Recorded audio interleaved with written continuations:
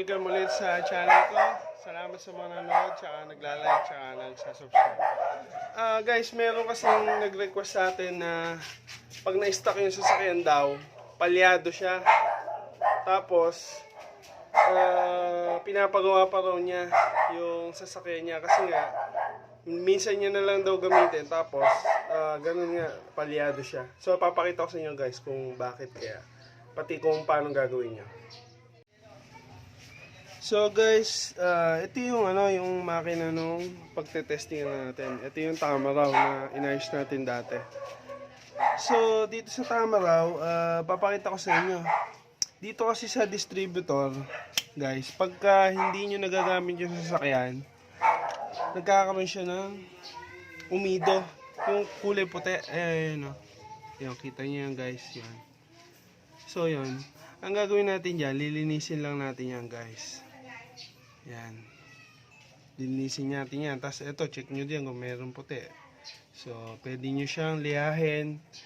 Or ito, pwedeng lihahin. Pero ako, ang ginagawa ko dito, ginagamitan ko lang nito ng flat screw. Tapos, aanin ko yung dulo nito.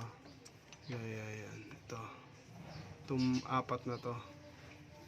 Tapos, di, syempre yon, pagka nalinis mo na yon, idamay mo na rin itong mga spark plug.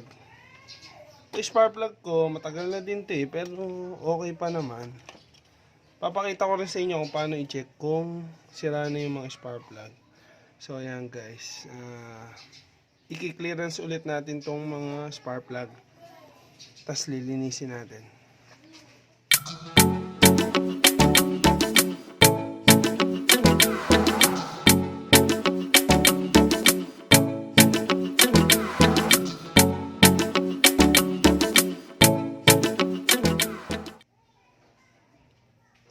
So yan guys, itong distributor na linis na natin to. Ayan, nagamitan na natin itong plastic kanina. Naka-time lapse kanina kaya mabilis eh. So yan guys, pag nalinis nyo na yan, tapos ito spark plug. Yan, luma na rin to pero tingnan natin kung kailangan na bang palitan talaga. So mas maganda kung hindi papalitan kasi nga sayang din ang pera kung sakali. Pero kung kailangan ng palitan, hindi papalitan. So, ang gagawin lang natin guys, lilinisan natin to. Yung mga tip, yung mga dulo. Tapos, lilihan lang natin yan. Tapos, pagkalihan natin yan, syempre, mauupod yon. Kailangan natin gamitan itong, madumi na nga eh. Malabo na yung letra. So, ayan, gagamitin natin to para ma-check natin yung tamang clearance. Nito, yan, dito. Yung iba naman ang ginagamit pag wala nito, yung lagaring bakal. Kaya lang medyo matabayin eh. Ang ginagamit ko lang kasi na pang clearance dito ay 60 mm. Bali ang nakalagay dito ay 61 mm. Malabo na guys, kaya hindi kita sa camera. So yan guys, linisin natin to. Tapos pagkalinis, balik natin yon. Tapos, bali guys, meron pa pala tayong hindi nasabi. Kung kayo ay contact point ang gamit, katulad nitong akin, tanggalin natin to. Pag contact point, pwede nyo angatin to. Angatin siya, yun yung minaangat to. Pag inangat nyo siya, pwede nyo lihain yung point na yun. Kahit di nyo na i-ano to. Huwag naman yung masyadong lihan-liha, yung lang. Pero itong akin kasi wala akong nakitang parang umido yung puti. Kaya hindi ko na siya lilihain kasi medyo bago pa tong contact point eh. Para lang yun dun sa mga naka-contact point. Kasi yung ibang 7K naka electric distributor. So yung sa akin may condenser pa at contact point.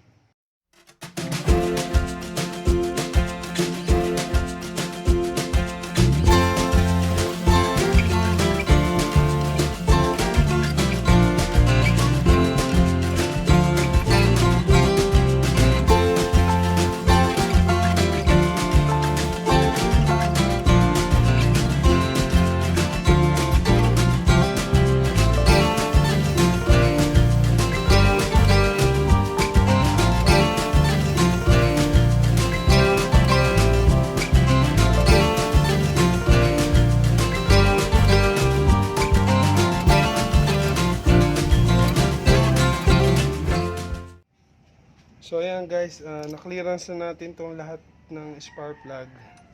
Ginamitan natin ng pillar gauge. So ngayon kakabit na natin dito sa mga cylinder.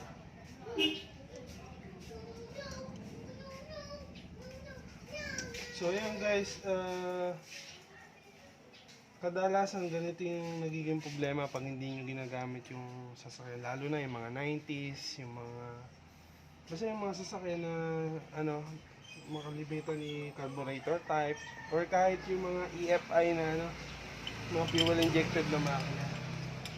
So minsan pag hindi nagagamit, nagkakaroon ng umido. Tapos sasabihin ng iba, sasabihin ng mga may-ari ng sasakyan, bakit kaya ganun yung sasakyan ko, hindi naman nagagamit, nasisira. So yun po yung nangyayari, nagkakaroon po siya ng corrosion, yung mga dumi na papapunta dun sa distributor, tapos yung ano, baka wala na rin sa gap yung spark plug.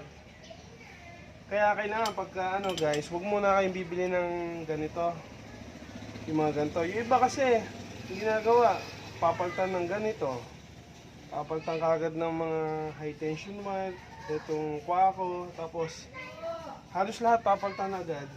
So kung tetesting nyo muna yung ganon guys, makakatipid kayo, hindi kayo gagastos. So sa ngayon, kung may sasakyan ka, dapat maalam ko na maggawa. So yun nga, kaya nandito ako. Gusto ko sana i-share sa inyo kung paano maggawa ng sasakyan.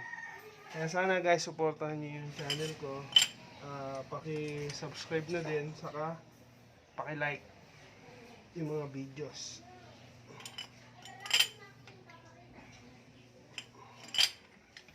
Pasensya na kayo guys, wala pa tayong sasakyan na pwedeng gawin eh. Yung mga request lang muna ang ginagawa natin. So yan guys, ikakabit ko na rin to. So titignan nyo rin to guys, kung napipihit yung ganyan, yung bumabalik. Ayan, nakita nyo to, hindi pala nakakasabi. Ayan guys, pagka ginano niya, tapos bumalik to, ibig sabihin gumagana yung advancer nito guys. Mahalaga tong advancer para pag ni-revolution mo yung makina, nag-a-adjust, nag-a-advance to. So kasama yun sa fuel yung para makatipid sa gasolina. So itong tama raw ko, sabi yung iba, ang tama raw daw malakas kumain ng gasolina. Pero itong sa akin hindi naman, kasi condition siya.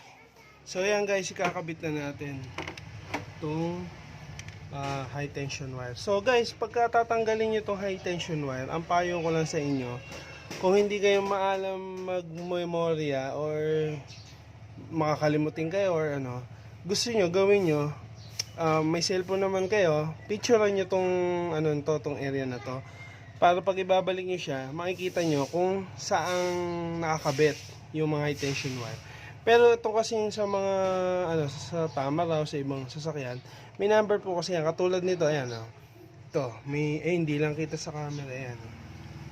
Meron siyang number 1 dito, may may number siya dito. Pasensya na, hindi kita sa video. So kung number 1, ito cylinder number 1, ito number 2, number 3, number 4. So yun, ikakabit na natin to dito. Ayan.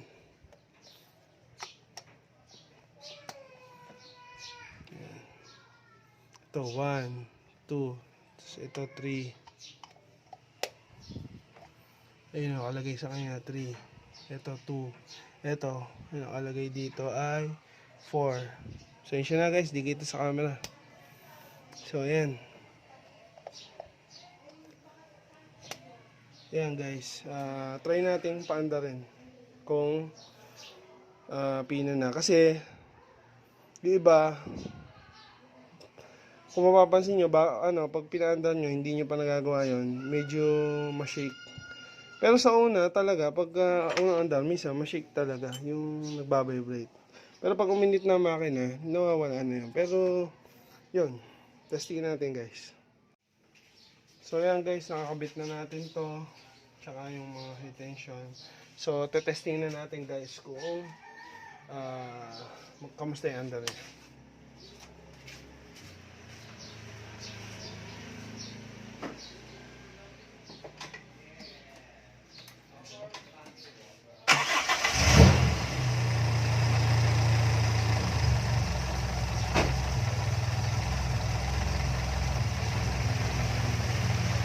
So yan guys, nag-iba yung andal ng sasakyan ko ha. Gumanda yung andal.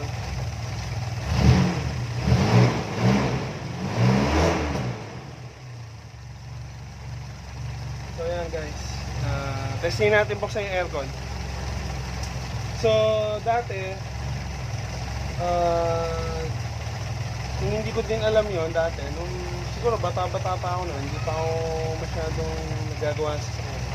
Ganun yung nagiging problema talaga pagka napapatambay yung sasakyan.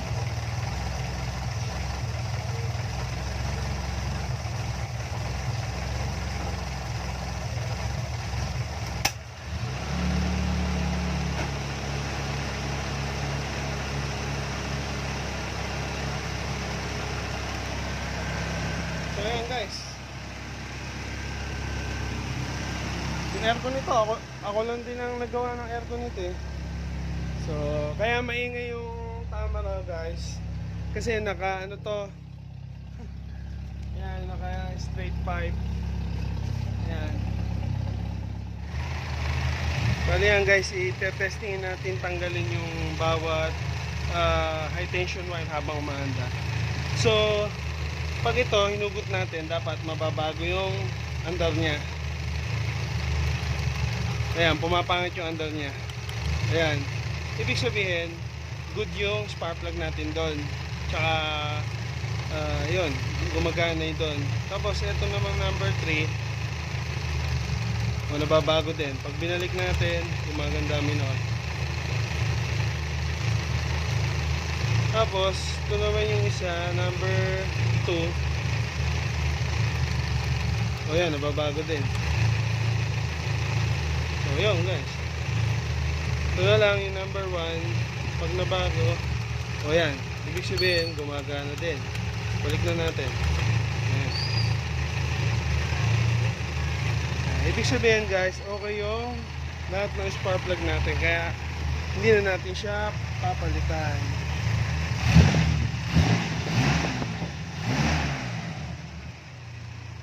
Ayan guys, okay na okay. So guys, yun lang po. Naayos na natin. So, salamat po sa nag-request nung video. So, ganun lang po yung gagawin nyo pag wala sa kondisyon yung yung sasakyan nyo. Kasi sasabihin nyo hindi naman ginagamit pero nasisira. So, ganun lang po guys. Salamat po sa panonood. Sana po supportahan yung channel ko. Saymon and Aimon. Salamat po.